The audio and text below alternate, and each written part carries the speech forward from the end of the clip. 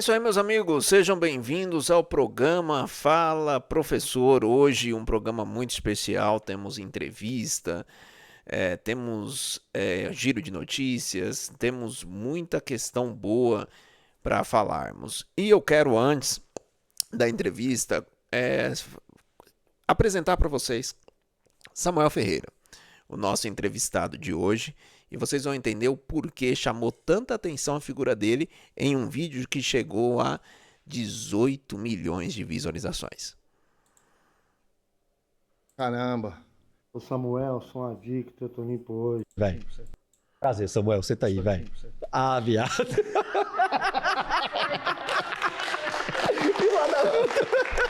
Eu sou adicto, eu tô limpo e sóbrio há 20 anos. Porra, velho, foda. A consequência do meu problema da dependência foi a obesidade. Porém, durante muitos anos, como morador de rua, andarilho, na condição que eu estava, magro, esquelético, eu também recebia um julgo da sociedade ao meu redor. Muitos atravessavam a rua porque eu estava passando. Muitos não queriam eu por perto e tal.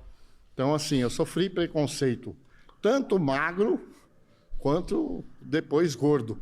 Porém, psicologicamente, eu tenho uma aceitação. Os meus amigos, pessoas que me conheceram e viram, acompanharam a minha história, olham para mim hoje e falam assim: cara, tá da hora, hein? Tá diferente, você mudou pra caramba.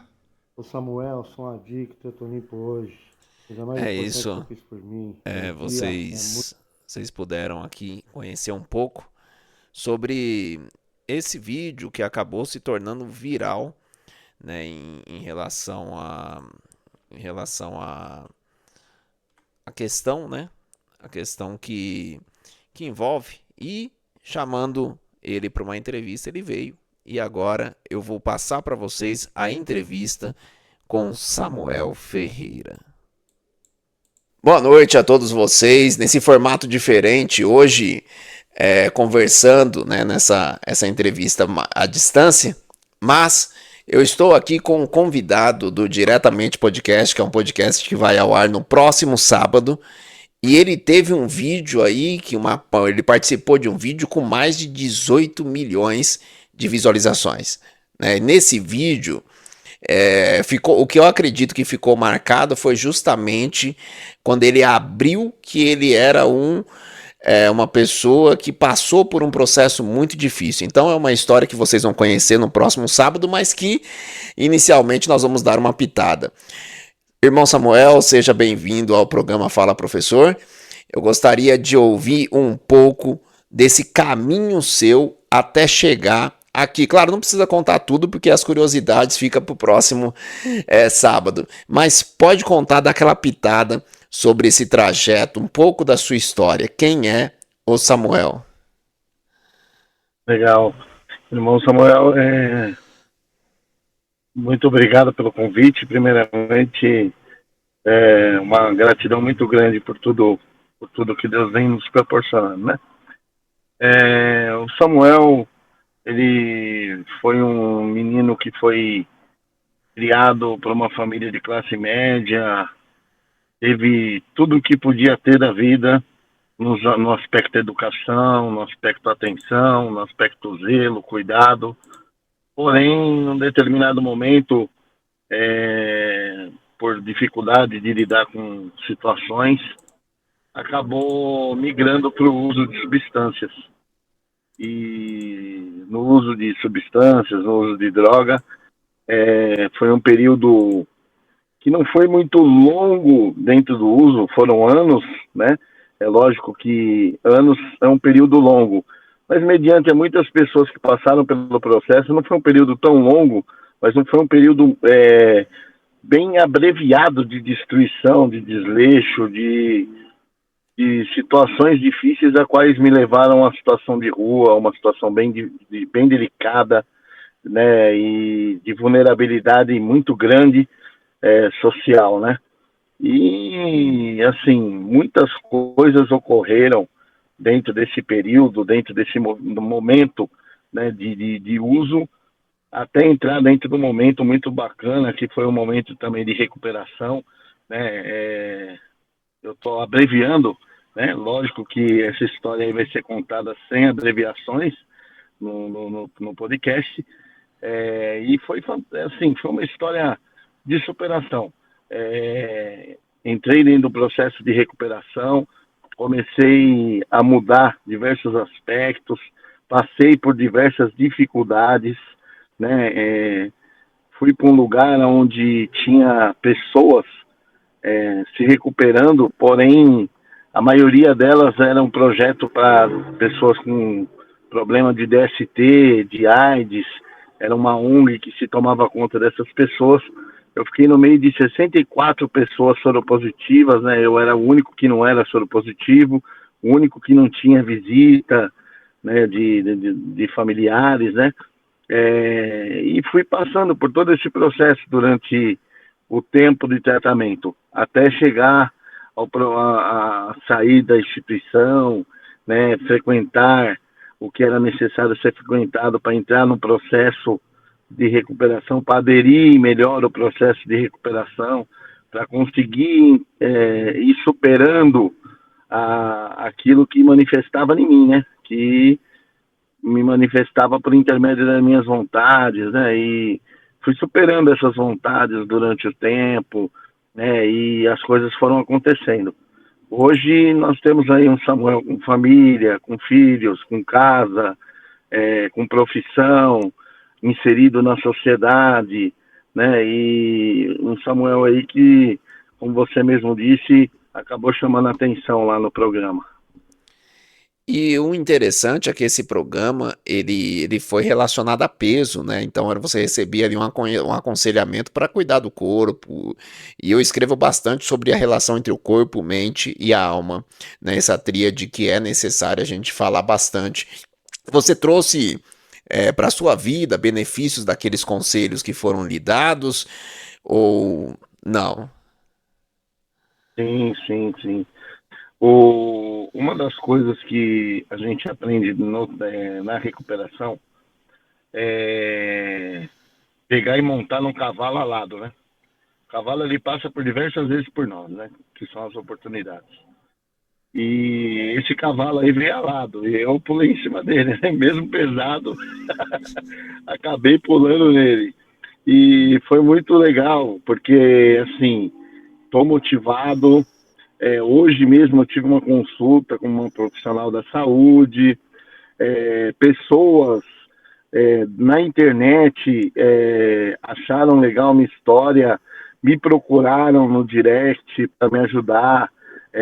Hoje eu estou sendo acompanhada por um nutricionista, estou sendo acompanhado por um educador físico, né? Já estou fazendo caminhadas, eu fui hoje buscar uma academia, né? Que assim eu tô com o intuito de emagrecer, né? Então assim não vai muito tempo, logo logo vamos ter uma outra fase do Samuel aí, num outro desafio bacana. E vamos fazer uma entrevista quando tiver nessa nova fase também. Aqui no programa nós temos até um momento R8 Fitness, que é do meu amigo, proprietário de uma academia aqui em Jandira, R8 Fit Studio, né? Então, inclusive, se você tivesse por aqui, eu tenho certeza que ele abraçaria essa causa. Como você está mais distante, então acredito ser mais difícil, mas eu vou conversar com ele, quem sabe é um caminho aí também. E é um ponto interessante, né? Que você, no programa, inclusive, você falou que você não nasceu, né, com sobrepeso. Isso foi construído a partir de situações que você foi vivendo e foi onde você disse que é um adicto. E eu queria que você falasse um pouco sobre o que é, como é ser um adicto e o trabalho que você faz relacionado à recuperação de pessoas que estão passando por um processo similar ao que você passou. Maravilha. Então, o sobrepeso, ele veio a partir do momento que eu deixo a substância de lado, né? Eu parei de usar, alguns anos depois eu parei também de fumar, né? Eu larguei o tabaco, eu era tabagista. Então, acabou migrando a compulsão minha que eu tinha pelo químico, pelas outras drogas, para alimentação. Então, eu acabei tendo um problema de compulsão alimentar. Mediante esse problema de compulsão alimentar, veio com si a obesidade. Eu acabei sofrendo todos os danos que a obesidade traz consigo, né? E todos os prejuízos. Então, assim, lá no vídeo, eu procuro estar falando para ele a dificuldade que eu tive e que não foi para mim uma escolha ser obeso, né? Foi uma consequência mediante a um tratamento da doença que eu tenho, que é a drogadição, a adicção, né? Que quando eu me identifico, né, eu sou um adicto. O adicto, na literatura dos grupos de autoajuda, fala que é um homem ou uma mulher cuja vida é controlada pelas drogas, né?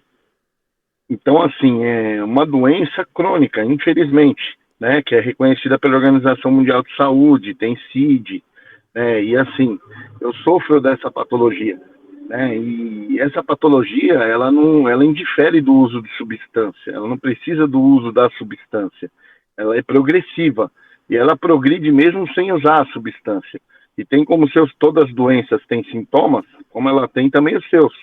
Seus sintomas são obsessão, compulsão, né? Entre outros. Então, assim, de uma forma ou de outra, o sintoma da doença acaba manifestando, né? Mesmo eu praticando muitas das vezes a recuperação. A gente não consegue praticar a recuperação 24 horas por dia, todo momento, todo segundo. Tem hora que acaba vacilando. Esses momentos de vacilação, o sintoma, a compulsão da minha doença, ele manifesta. Aí é onde que eu acabo tendo esse problema de compulsão alimentar e acabei desenvolvendo a obesidade, que me trouxe consigo alguns prejuízos, né? Eu não nego o problema, não nego o prejuízo, que, assim, eu acredito muito que a partir do momento que admito o problema, fica mais fácil solucioná-lo. Perfeito. Exatamente. E assim, eu gostaria, eu sei que, como eu disse, nós vamos abordar bastante, tem muito assunto para falar no podcast no próximo sábado, às 11 horas, Bacana. no YouTube, diretamente podcast. Então vou colocar o link aqui embaixo para que todo mundo esteja ligadinho, coloca o sino lá sábado, às 11 horas, nós teremos aí um bate-papo grande, mas eu gostaria que você falasse a importância da fé, né, nesse processo que você teve, porque nenhuma pessoa que passou pela droga, por ser, né, um viciado em drogas, eu vou utilizar esse termo, nem sei se o YouTube deixa, às vezes derruba, mas uma pessoa que, né, foi viciada por substâncias, ela, ela é uma doença, como você disse, é uma doença crônica, passa a ser uma doença crônica e a pessoa precisa, né, estar sempre atenta. Então não dá para falar que estou curado desse fato, né? Você está sempre trabalhando para não voltar, não regredir. Pelo que você falou no vídeo, já tem mais de 20 anos que você está limpo, é isso, né? E qual foi o papel da fé, né, nessa superação, nessa história de superação que você tem? Legal. Então, inicialmente, a gente chega completamente devastado, né? Por uma força destrutiva que acaba manifestando, né, por intermédio espiritual, em nós e acaba nos destruindo, né? E quando eu parei de usar, eu não acreditava nem em mim, nem em nada. Assim, eu costumo brincar, falar para o pessoal que eu cheguei de mal com Deus, né? Porque eu gostava de terceirizar a minha responsabilidade. Ou seja, a culpa é sempre do outro, não é minha. Então eu colocava a culpa em Deus. Como que pode Deus ter me permitido que isso acontecesse comigo, ter deixado eu fazer isso, né? E logo que eu cheguei assim nos grupos de autoajuda, eu tive a possibilidade de desenvolver a fé, acreditando que um poder maior poderia estar desenvolvendo, falando na boca daquelas pessoas que estavam ao meu redor. Então eu comecei o desenvolvimento da minha fé começou daí, né? E com o tempo essa fé foi crescendo, né? Foi progredindo, né? Mediante a minha prática e eu me manter abstêmio. E aí essa fé foi progredindo, até que eu entendi que esse poder maior, que eu coloquei o nome dessa forma, se tornou Deus, né? Quando ele se tornou Deus, além de eu acreditar, eu comecei a confiar também, né? Então, assim, ficou um relacionamento mais bacana, porque não era só, eu só não acreditava nele, como eu acabava confiando também. E a partir do momento que você acredita e confia, né, eu, no caso, eu permiti com que ele adentrasse a minha história e operasse em mim um movimento diferente. Que nem eu coloco lá no meu Instagram, Samuel Milagre, É por causa milagre. disso. É um milagre, né? Por quê? Porque houve esse relacionamento bacana com Deus, né? Eu acredito muito, né, que esse Deus é amoroso, é compassivo, acolhedor, ele não quer ver a destruição, ele quer ver a construção, ele não é um Deus de afastar, é um Deus de acolher, né? E eu fui acolhido por ele. Eu fui acolhido e nesse acolhimento houve um desenvolvimento físico, mental, emocional, né, que me manteve dentro do propósito da sobriedade, né? E hoje assim a gente consegue estender a mão para as pessoas, né? Por quê? Porque acabamos virando exemplo, né? Porque assim, quem tem Deus é exemplo, quem não tem Deus acaba ficando, né, não é um bom exemplo, acaba não dando bom exemplo. Então, assim, as palavras movem, mas o que arrasta é o exemplo. E o exemplo é baseado nas atitudes. As atitudes, elas começam a manifestar positivas em nós por intermédio da nossa consciência, né, de fé e confiança em Deus. E aí, esse desenvolvimento bacana faz com que a gente vire referência, né? Então, assim, foi muito louco que até por causa do vídeo, pessoas que têm problema com drogas têm me procurado no direct, Que sabe? benção. E eu tenho acolhido essas pessoas. Tem uma pessoa lá, eu não vou citar o nome para não quebrar o anonimato dele, que ele não conseguia ficar sem usar, ele 3 em 3 dias ele acabava usando drogas, né? E a partir do momento que nós conversamos, hoje eu falei com ele pela manhã, né? Eu dei um retorno para ele no direct, peguei o telefone e a gente tem agora no WhatsApp o contato. E o maior barato assim que hoje faz 7 dias que ele não usa, Olha que né? Ou seja, ele benção. conseguiu interromper esse período, né? Ou seja, o exemplo arrastou novamente, né? Porque Deus está situado nesse exemplo. E aí o que acontece? Que nem você falou do meu trabalho, hoje eu tenho um trabalho voluntário dentro de uma instituição, assim, que é a primeira comunidade terapêutica LGBT do Brasil, né? Assim, é um trabalho muito bacana. Sofro sim, né? Algum tipo de preconceito, né? Eu sou hétero, sou cristão, e por ser cristão, eu acredito no amor. E o amor, ele não fica distinguindo cor, sexo, preferência religiosa, nada disso. O amor acolhe e abraça todos, né? Então, assim, por intermédio desse amor que foi desenvolvido pela recuperação, que foi aquilo que eu recebi desse Deus, eu procuro estar compartilhando com os demais desse mesmo amor. Então, assim, eu vou nesse lugar, faço reuniões, né, terapêuticas sobre o assunto dependência química, compartilhando a minha experiência, né, e assim, graças a Deus a gente tem visto resultado a respeito disso, porque é um plantio muito bom, muito santo, e aonde essa semente caiu numa terra boa, dá boa coisa também. Que benção, viu? Ou seja, sábado que vem nós temos muitos assuntos para falar, viu? Se eu for abordar tudo aqui, o pessoal não vai pro podcast. Então, sábado que vem nós temos muitos assuntos. Eu só quero agradecer, tá, meu irmão, por você, né, ter se predisposto a fazer essa entrevista, né, e fazendo essa introdução ao que vai acontecer no sábado que vem.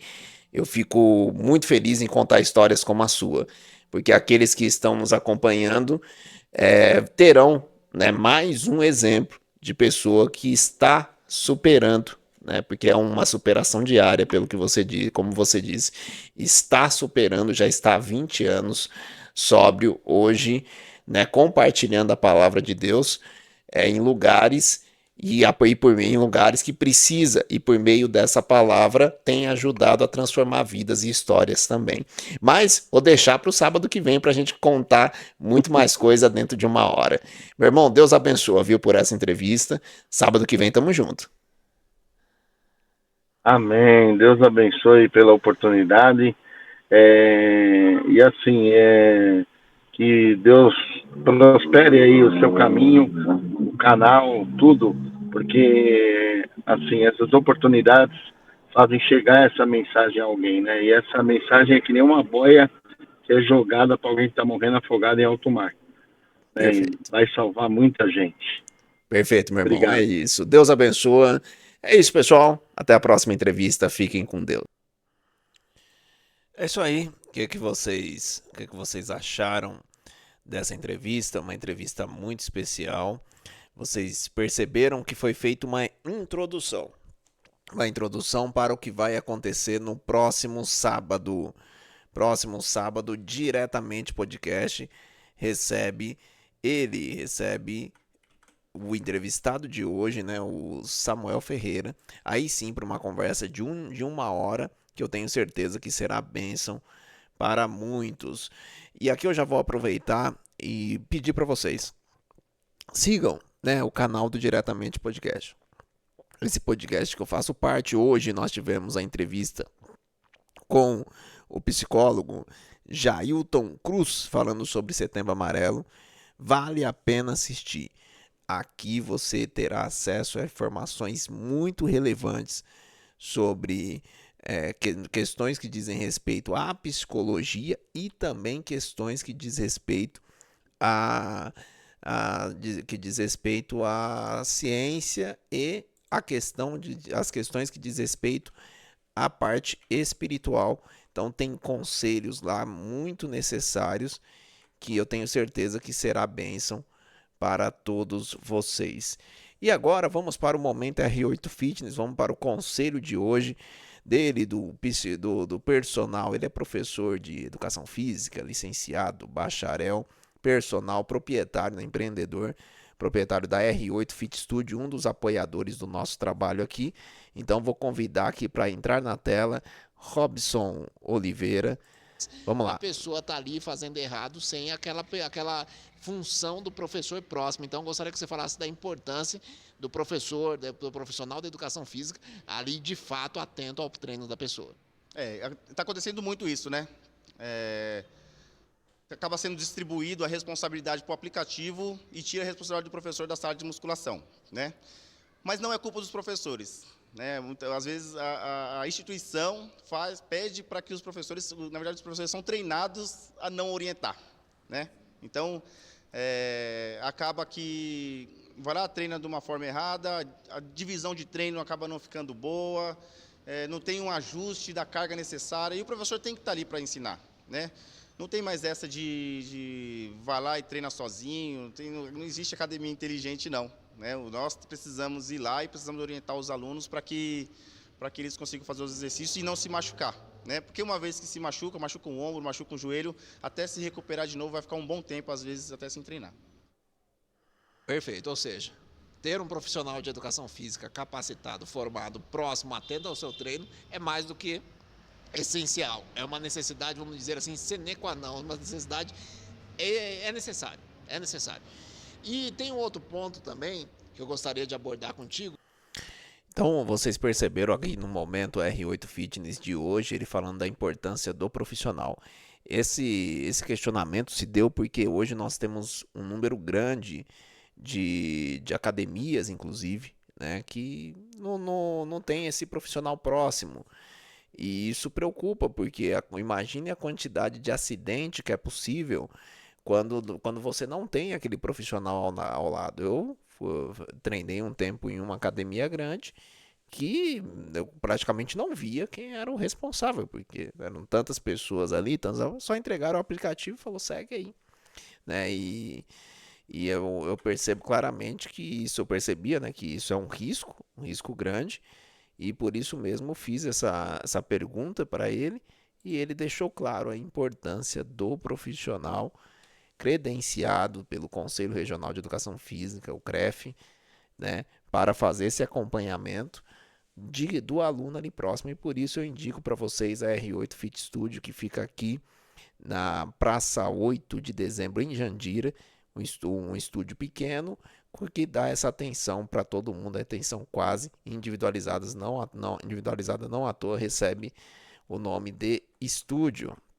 Importante deixar isso claro para vocês. E eu já estou abrindo aqui o portal psnews.tv.br. Você conhece psnews.tv.br? Já acessou? Se você não acessou, acesse. Mas antes disso, deixa eu abrir aqui, antes de eu mostrar para vocês, antes da gente ir para esse ponto, eu quero agradecer. Quero agradecer os apoiadores desse projeto. Eu falei já da Academia R8 Fit Studio, mas também nós temos o Império das Esfirras. Sem dúvida a melhor esfirra da nossa região está lá no Império das Esfirras. Uma das melhores pizzas também fica na Nicolau Maevski, próximo da Escola Edson Alves, próximo ao antigo velório do município, próximo de onde será o centro de controle e operações do município, de câmeras. Então, tudo pertinho, tudo ali, né? Nicolau Maevski, Léo System, na Via Expressa de Jandira, você também fácil localização. O único sinal da Via Express vindo do centro para a cidade de Itapevi. Você olhou, chegou no sinal, olha para o seu lado esquerdo, você encontrará a Léo System. Também a Educa São Paulo, junto da Anhanguera Jandira, em um mesmo espaço, no centro da cidade de Jandira, um prédio verde, o prédio dos Correios, 3º andar. Você tem de curso profissionalizante a pós-graduação. Tudo com o meu suporte como coordenador pedagógico. Então eu deixo esse convite para vocês conheçam. Antes de fazer uma escolha de qual faculdade estudar, qual curso fazer, me procure. Porque o que não faltam são pessoas investindo de forma errada porque não conhecem um curso, não tem quem a oriente. Então por isso eu convido vocês para visitar, conhecer e, se for do teu agrado, se tornar nosso aluno lá nessa road da Educa São Paulo, cuja Anhanguera Jandira também faz parte. Agora sim, vamos para psnews.tv.br. Aqui você tem meu novo artigo, O Chá que Transforma, falaremos sobre ele. E aqui, ó, quando o tempo para, lições das provações. Agosto Dourado, a importância do aleitamento materno, com a doutora Anabel Sabatini. Aqui alguns artigos aqui que nós fizemos. O artigo Efeito Manada, da jornalista Thalita Nunes, também está aqui. Então tem muita coisa boa aqui no artigo. E eu vou abrir o resumo das notícias da semana. Vamos lá no resumo da notícia da semana para comentarmos aqui um pouco sobre você que perdeu, né? Não está muito por dentro das notícias. Vamos bater um papo aqui para atualizar vocês sobre o que aconteceu de destaque durante a semana. O julgamento de Jair Bolsonaro entra em reta final no STF com possível condenação à vista. O julgamento do ex-presidente Jair Bolsonaro do Supremo Tribunal Federal por tentativa de golpe de Estado está na fase final, com a turma analisando. Deixa eu aumentar aqui a letra para que todos vocês acompanhem. Vamos lá, deixa eu pegar aqui, só para que a gente consiga fazer, para que vocês consigam acompanhar também aqui a leitura. Isso. Aumentar aqui mais um pouco. Aí. Acredito que agora dá para acompanhar, né? O projeto de lei que propõe vamos lá, primeiro aqui, julgamento do ex-presidente Jair Bolsonaro no Supremo Tribunal Federal por tentativa de golpe de Estado está na reta final, com a primeira turma analisando o núcleo crucial, né, denominado núcleo da trama golpista, que inclui Bolsonaro e outros 7 réus. O ministro Alexandre de Moraes, relator do caso, antecipou seu voto e a defesa do ex-presidente Bolsonaro alegou sua inocência. O julgamento deve ser concluído em 12 de setembro, com possíveis impactos políticos. Esse é um tema importante, porque mas eu não gosto de Jair Bolsonaro. Você tem o direito de não gostar. Só que o presidente dos Estados Unidos, Donald Trump, né, quando emitiu as cartas, as comunicações para o Brasil, antes até da tarifa de 50%, porque até então só tinha uma tarifa de 10%, que era uma tarifa que ele aplicou para praticamente todos os países, no que diz respeito à questão econômica, para a busca de equilíbrio econômico em relação dos Estados Unidos com outros países. Mas aí veio mais 40% de taxa, e esses 40% a mais veio com um motivo. E ele deixava claro nas cartas o que poderia ser feito para que esses 40% deixassem de existir. Um dos motivos, claramente, era o julgamento das pessoas do 8 de janeiro de 2023. Dizer que todas aquelas pessoas praticaram crime é exagerar, né? E o pior de tudo é que as câmeras sumiram, né? As imagens da câmera subiu, então as pessoas estão sendo condenadas, todas elas, pelos mesmos crimes, sem individualização de conduta. E aí, como é que fica?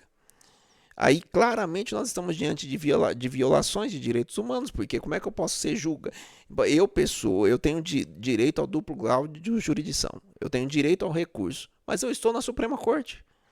Eu que não sou deputado, eu que não tenho nenhum privilégio, eu estou na Suprema Corte sendo julgado, num combo com um monte de gente, com mais de 2.000 pessoas. E aí, a justiça aí, nesse sentido. E no caso do ex-presidente Jair Bolsonaro, ele não estava no Brasil. Mas mesmo assim estão alegando que desde uma declaração dele, desacreditando o processo eleitoral, ali ele já estava insurgindo as pessoas a ir contra as instituições. Na verdade, está tudo muito complicado. E se nós olharmos para a figura de Donald Trump, que o que ele passou na época do Capitólio, com certeza ele se vê na imagem de Jair Bolsonaro. Ele se vê. E para ajudar todo esse processo, o juiz, né, Alexandre de Moraes colocou algumas figuras nos processos dele que são muito próximas de Donald Trump. Vamos lembrar que o jornalista Paulo Figueiredo, ele foi sócio de Donald Trump, um brasileiro que foi sócio de Donald Trump.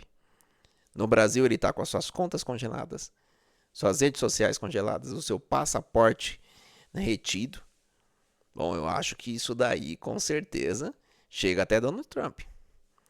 Jason Miller, um dos principais assessores de Donald Trump, chegou a ser preso no Brasil. Perdeu a sua rede social no Brasil, inclusive por um processo no mínimo estranho. Então, são questões que vão chegando, e aí você começa a falar até quando toda a população será prejudicada por causa do erro de meia dúzia de burocratas que parece que não estão nem aí com o povo. Mas vamos seguir. Projeto de anistia avança com apoio de Tarcísio de Freitas em meio a julgamento de Bolsonaro. Projeto de lei que propõe anistia aos condenados pelos atos golpistas de 8 de janeiro de 2023. Lembrando que esse resumo ele foi feito via inteligência artificial. Então, por óbvio, tem alguns termos aí que eu não concordo, mas que eu deixei porque esse resumo foi feito por mais de uma inteligência artificial, então eu mantive, porque é um termo que está se utilizando. Atos golpistas.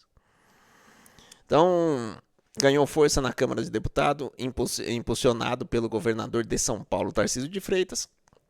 Tarcísio ele articulou com líderes do Sertão, incluindo o PP, União Brasil, Republicanos, e chegou a procurar os ministros do STF para sondar a viabilidade jurídica de uma proposta que pode incluir Bolsonaro. Na verdade, a anistia que interessa aos Estados Unidos, se for para ser aprovado, né, eu digo o que é falado por Paulo Figueiredo e Eduardo Bolsonaro, é anistia ampla, geral e restrita, como aconteceu lá em 79, que inclusive Lula, José Dirceu e muitos outros líderes da esquerda foram anistiados em 79. Então, os anistiados agora não acham que a anistia é um golpe. Vai entender, né? A votação será prevista para após os julgamentos do STF. Mas um ponto interessante aqui, quando se fala que a anistia avançou, mas para a anistia passar no Congresso, com a quantidade de congressistas que nós temos que tem processo no Supremo Tribunal Federal, é necessário votar algo que tire o foro privilegiado para que essas pessoas, para que esses deputados não passe por votação no STF, porque se continuar com seus processos na mão dos juízes do STF, será que não será utilizado, esses processos não serão utilizados como uma forma de pressão aos deputados? Eu não vou aqui não vou aqui imputar crime a ninguém, mas me parece algo muito mais próximo da normalidade de Brasília do que não. Então, por isso mesmo, a correria para a aprovação daquela PEC, da proposta de emenda à Constituição, que foi denominada como PEC das prerrogativas. Eu falei dela na semana passada, acabou não avançando muito durante a semana, mas tudo indica que essa PEC da prerrogativa passe antes da anistia, justamente para que os deputados e senadores que têm processos no STF não sejam pressionados por causa desse processo. Denúncias de Eduardo Tagliaferro ganham destaque após a sua ida à Comissão de Segurança Pública no Senado. Ele foi até a Comissão de Segurança Pública e depois disso passou no Metrópolis, passou na Revista Oeste, passou em vários locais, levando a denúncia que ele apresentou. E vamos ler aqui um pouquinho para você que perdeu conseguir se inteirar desse assunto. Em 2 de setembro de 2025, Eduardo Tagliaferro, ex-chefe, olha só, ex-chefe da Assessoria Especial de Enfrentamento à Desinformação do Tribunal Superior Eleitoral, prestou depoimento por videoconferência à Comissão de Segurança Pública do Senado, presidida por Flávio Bolsonaro. Tagliaferro apresentou provas de que o ministro Alexandre... Apresentou provas. Ele chegou mostrando os prints, mostrando as provas de que o ministro Alexandre de Moraes usou a estrutura do Tribunal Superior Eleitoral de forma indevida para abastecer inquéritos do Supremo Tribunal Federal sobre ataques e desinformações contra a Corte, direcionando relatórios para seu gabinete no Tribunal Superior Eleitoral, ou STF, com menor burocracia, praticamente sem burocracia, porque um conversava com o outro como nós, quando você olha os diálogos do juiz auxiliar com o Eduardo Tagliaferro, parece que o juiz auxiliar é patrão do Eduardo Tagliaferro, que era um chefe de um setor do outro tribunal, que seria o Tribunal Superior Eleitoral. Ele alegou, o Tagliaferro, que Moraes ordenou buscas contra empresários bolsonaristas como Luciano Hang com base em uma reportagem jornalística sem comprovação, elaborando fundamentação legal retroativa 5 dias após a operação, o que caracteriza uma fraude processual. Vou resumir aqui para você. Segundo essa denúncia, primeiro que teve uma reportagem do Guilherme Amado no Metrópolis. Teve essa reportagem falando desse grupo de bolsonaristas e tudo mais. E um deles fez uma joinha lá numa publicação controversa. E aí, depois dessa reportagem, o que aconteceu? Todo o processo, toda a caça às bruxas a esses empresários.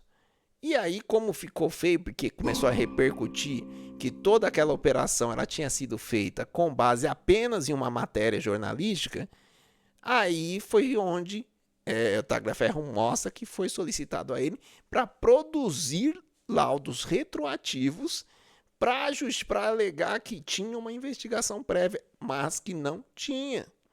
E isto é fraude processual. Isso é perseguição clara, né? E aí, claro, além disso, ele denunciou a existência de um gabinete paralelo no Tribunal Superior Eleitoral, funcionando como uma polícia política para perseguir opositores, derrubar perfil em rede social e fabricar provas, sugerindo manipulação da eleição de 2022. Inclusive, a nora da Miriam Leitão, jornalista da Globo News, fazia parte desse grupo aí, né? Complicado, hein? A Comissão de Segurança Pública aprovou o envio de um relatório com essas denúncias ao STF, TSE, STF, Supremo Tribunal Federal, TSE, Tribunal Superior Eleitoral, CNJ, Conselho Nacional de Justiça, CNMP, Conselho Nacional do Ministério Público, e a OAB, além de disponibilizar as defesas do 8 de janeiro, visando suspender o julgamento de Jair Bolsonaro. Olha só. Então, olha só a movimentação. em relação ao STF, movimentação em relação ao Senado, movimentação em relação à anistia, movimentação em relação ao fim do foro, tudo com o mesmo trajeto. Se vocês perceberam, tudo com o mesmo trajeto, tudo com a mesma finalidade. Vamos seguir.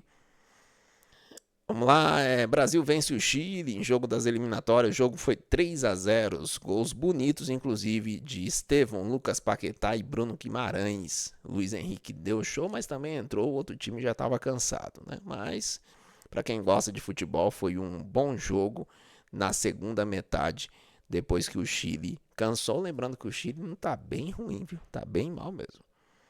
E aí, vamos seguir para a próxima matéria. Comitiva de empresários brasileiros ouve nos Estados Unidos que tarifas são um problema político. Parece que eles precisaram sair daqui do Brasil e ir lá para os Estados Unidos para ler a carta do Trump.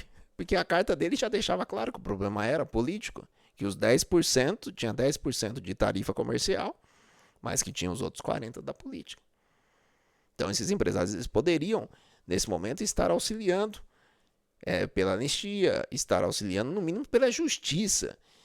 Porque é até estranho falar de anistia, porque anistia pressupõe que a pessoa cometeu crime.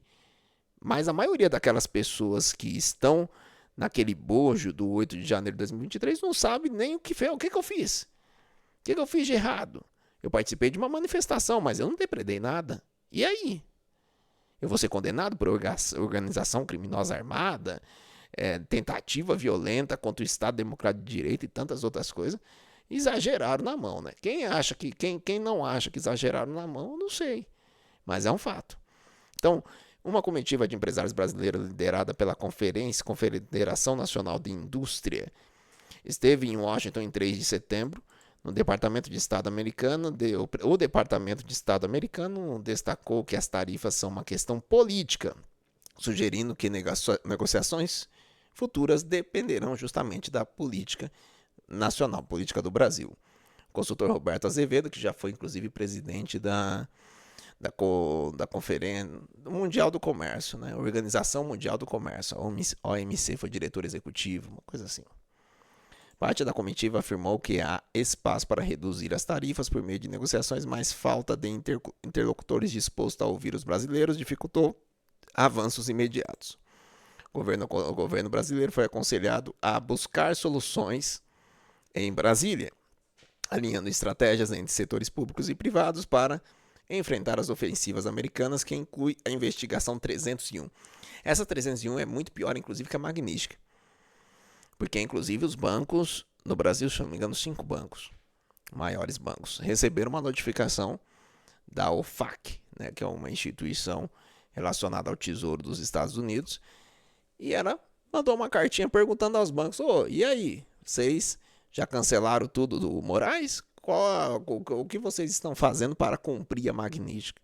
E vamos ver o que os bancos irão responder. Vamos ver. Nós sabemos que o apelido da Lei Magnífica é a morte financeira, e ela é aplicada, né, para pessoas que ferem os direitos humanos. E nós temos um ministro da Suprema Corte do Brasil que está nesta lista. A CPI do INSS solicitou prisão preventiva de 21 pessoas, inclusive o tal conhecido careca do INSS.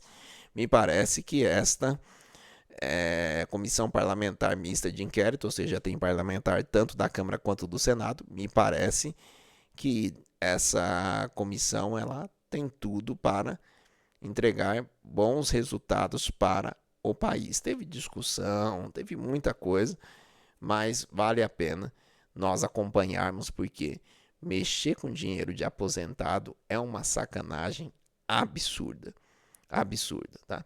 Então é isso sobre o resumo dos resumos da notícia, é isso. E agora vamos partir aí nos últimos 15 minutos para o artigo da semana, o chá que transforma. E o que é chá? Conhecimento, habilidade e atitude. E aí eu começo o artigo falando dos conselhos que o meu pai sempre me deu sobre a questão da sabedoria. sabedoria precede a honra, na verdade a humildade precede a honra, né? E para que para você aprenda alguma coisa, para que você se desenvolva, você precisa de humildade. E aqui eu cito, né, falo dessa questão que o pai sempre me orientou a buscar a sabedoria. E chegando na faculdade, eu tive acesso à pirâmide do conhecimento. Na pirâmide do conhecimento, você sabe que dados estudados geram informações. Acesso às mais diversas informações de fontes diversas e procurando compreendê-las e as suas conexões gera conhecimento. Para você gerar conhecimento sobre algo, você precisa de muitas informações. E a quantidade de conhecimentos que você adquirir durante a sua vida, conectando esses conhecimentos, você se tornará uma pessoa sábia. Né? Você se tornará uma pessoa sábia. Então, essa é a pirâmide do conhecimento. Então, a busca da sabedoria a partir do estudo, a partir da busca. E o que o Chá fala? De que adianta a pessoa ter habilidades? Não, eu tenho habilidade tal, eu tenho a outra habilidade. A pessoa tem habilidade. Essa habilidade aplicada, a partir do momento que consegue solucionar problemas e consegue conectar mais de uma habilidade, você tem conhecimento daquela área. Ou seja, habilidade e conhecimento. Mas o que adianta eu ter habilidade e conhecimento se eu não tiver atitude? Se eu não tiver atitude de colocar em prática. Se eu não tiver atitude de colocar em prática, aquilo significará algo? Acredito que não, né? E aí é justamente onde mora a questão. Tá? Costumo dizer que o conhecimento transforma. E que tanto o conhecimento quanto a sabedoria são resultados do desejo pela busca de respostas e da humildade para ouvir os mais diversos pontos de vista sobre cada fato. Dito isto, posso resumir que a autorrealização passa diretamente pelo trajeto reunido no conceito de Chá. E aí eu costumo fazer essa correlação também com a pirâmide de Maslow, que no topo da pirâmide de Maslow tem essa autorrealização. Eu falo, não existe autorrealização sem Chá, sem conhecimento, habilidade e atitudes. E aqui eu trago uma contextualização para a cultura que eu sigo, que é a cultura cristã. Na cultura cristã, nós temos uma missão dada por Cristo, de ir por todo mundo e pregar o evangelho a toda criatura. E eu faço aqui alguns questionamentos para que as pessoas consigam entender, para que vocês consigam entender a importância da atitude. É possível evangelizar alguém sem conhecimento das escrituras sagradas? Responda, é possível? Acredito que não, né? Em especial dos evangelhos de Jesus Cristo, ou seja, Mateus, Marcos, Lucas e João. Será que é possível? Acredito que não. Aí vem o 2. Após ter conhecimento de um evangelho transformador, que é transformador. Se você não conhece, busque conhecer, que eu tenho certeza que a resposta para tudo que você procura está lá. É possível evangelizar sem a atitude de falar sobre o que você aprendeu? Opa, eu aprendi, mas e agora que eu aprendi? O que eu faço? Se eu não falar, aquilo não gerou obras. E aí vem o ponto. Acredito que você tenha respondido para os dois questionamentos. Não é.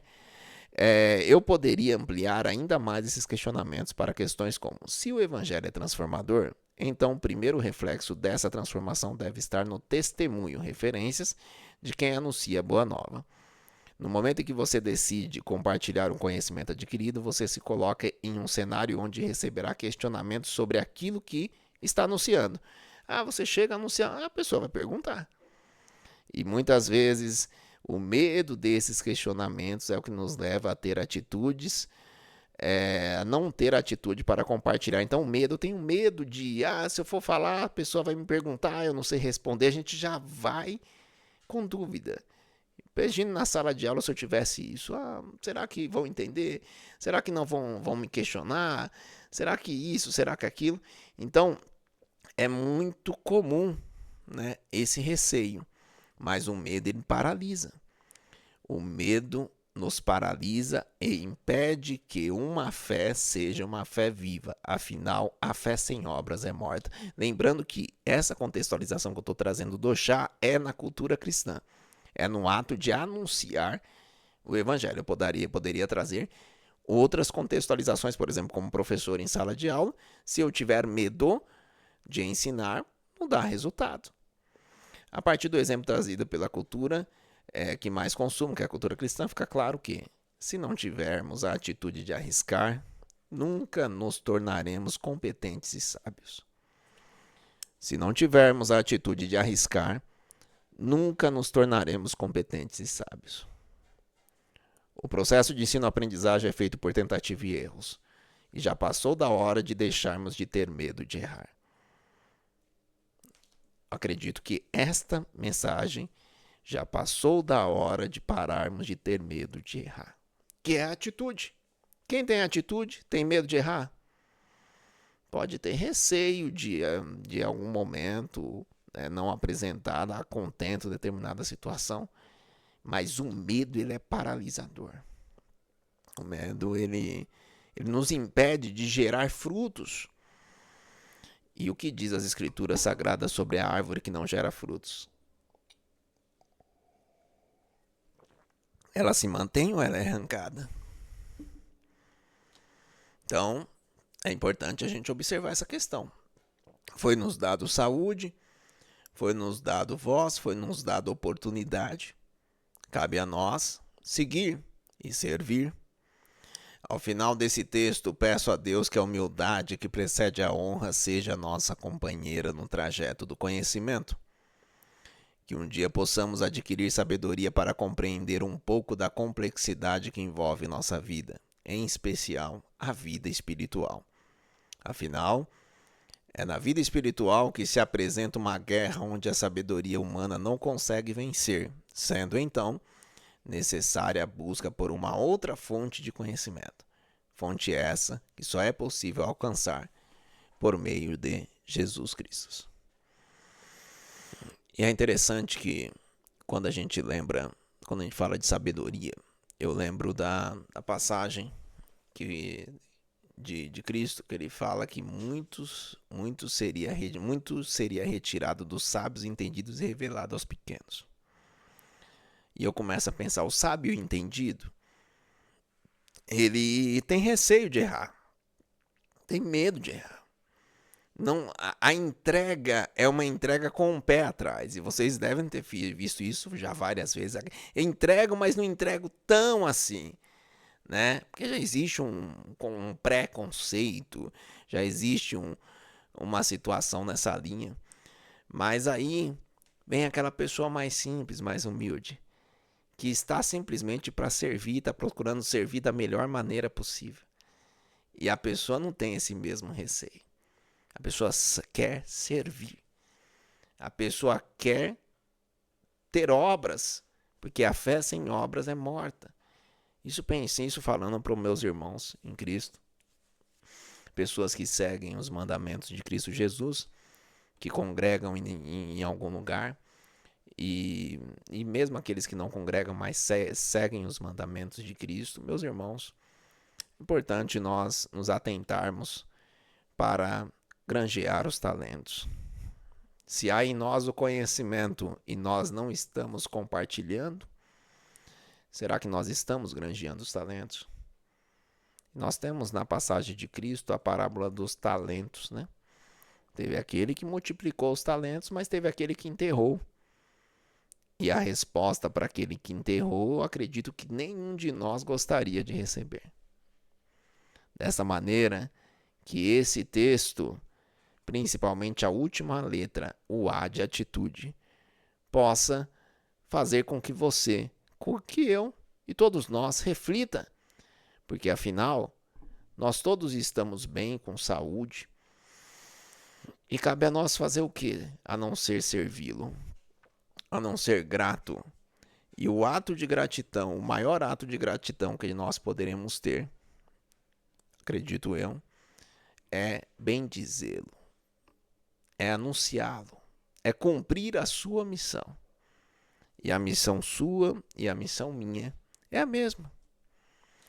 Ide por todo o mundo, pregai o evangelho a toda criatura. Quem crer e for batizado será salvo, quem não crer já está condenado.